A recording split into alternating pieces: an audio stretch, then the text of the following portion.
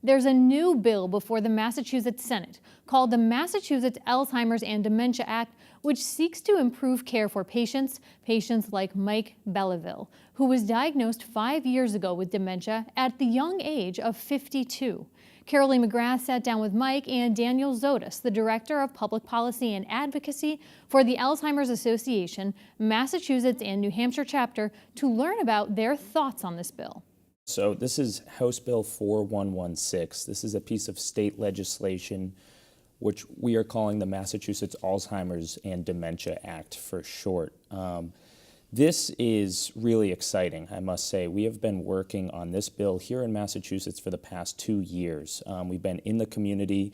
When I say we, myself, working at the association, folks like Mike sharing his story with elected officials, and really looking to change the state of healthcare when talking about Alzheimer's and dementia and how that care is delivered. And I can definitely get into more detail about that. Well, one question I had was one provision requires medical providers to earn continuing education credits in Alzheimer's and dementia as a condition of license renewal.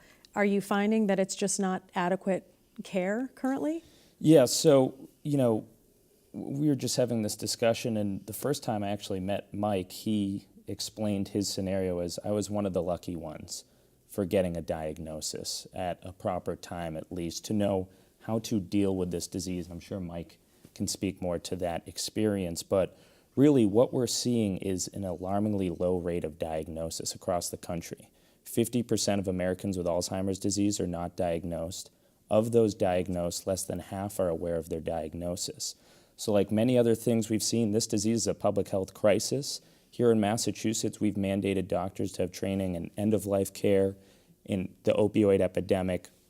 We see the numbers and the impact of this disease, and we know that it's important for doctors to have this training to be able to recognize the signs of Alzheimer's and dementia and make the appropriate care planning process at that point and put that in place. Okay, so Mike, tell me a little bit about your story. I know you're living with dementia, but first glance, hey, you're a healthy guy.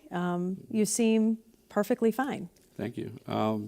That's kind of one of the things with the stigmas of this disease is most people think about dementia. They think this is an old person's disease, or they think end stage right away, and you don't realize that this disease is a progression. For some people, sadly, it takes them within 3 to 5 years. I know people who have cared for loved ones for over 20 years. So, my particular story, like Dan said, I really consider myself one of the lucky ones. Not because I have this disease, but because I was able to plug into a network right away. Within 5 or 6 months after getting the diagnosis, my wife found the Alzheimer's Association. And I tell folks that chapter saved my life. Not in a physical sense, obviously. They didn't find a cure. But what they did is they reminded me that I can still live a meaningful, purposeful life. I can still do the things I enjoy doing. I can still learn new things. But more importantly is that I have a voice.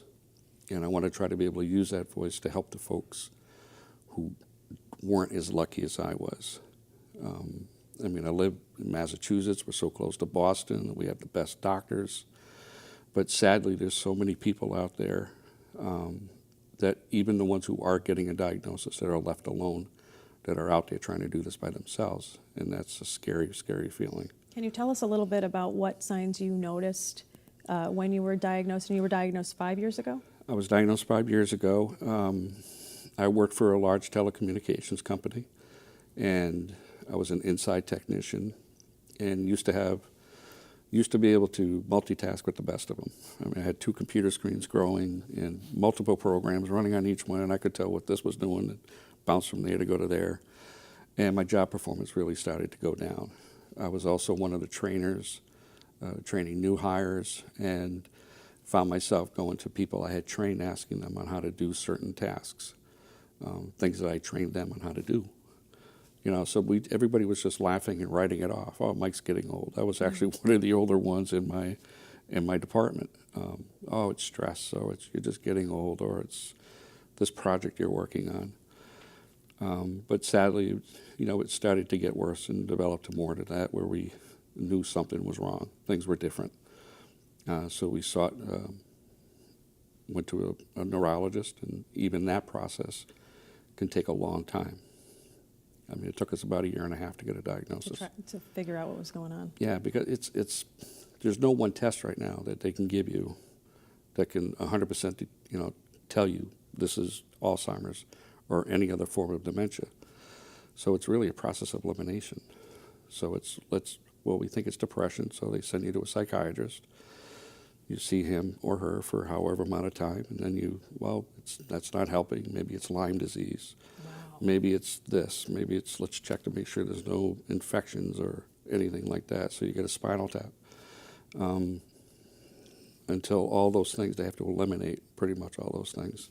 Unless the signs are so obvious, which sadly most doctors aren't trained enough, and especially your own personal doctors are not trained enough in dementia to even recognize the signs.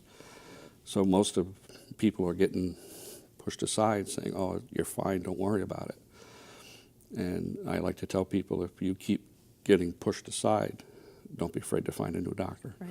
So in addition to the continued training for medical professionals, I know there's also something in the bill talking about abuse and certainly concern for patients who are being treated. Tell us about that. Sure. So there's a provision in the bill that would also require and mandate training for elder protective service social workers. And these are really your frontline workers who are able to detect fraud and abuse, which obviously runs a lot higher amongst people with Alzheimer's and dementia.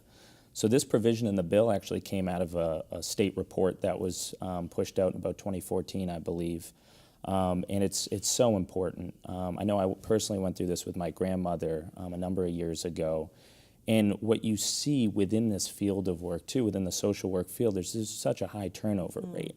So even if a lot of this training is happening to recognize the signs of dementia, recognize what those scenarios could look like, you have such a high turnover rate in the field that training may have occurred, and then that person's already in the next line of work. So to have that standard there is so important. It's a very important part of this bill. And tell us a little bit of the status of the bill. Where do we stand on that? So we've seen a lot of success. I think there's a positive story here. Like I said, we have been in the community over the past 2 years. I mean, you name it. We've been in Lawrence, Springfield, Worcester, Plymouth, all over the place, really bringing this issue back home for legislators to hear from their constituents on how important this is. So at the end of January, the bill passed the Massachusetts House of Representatives unanimously, and it is now in the state Senate. It's actually in the Senate Ways and Means Committee. So we've been very patient. I know there's a lot of tumult in the Senate over the past few months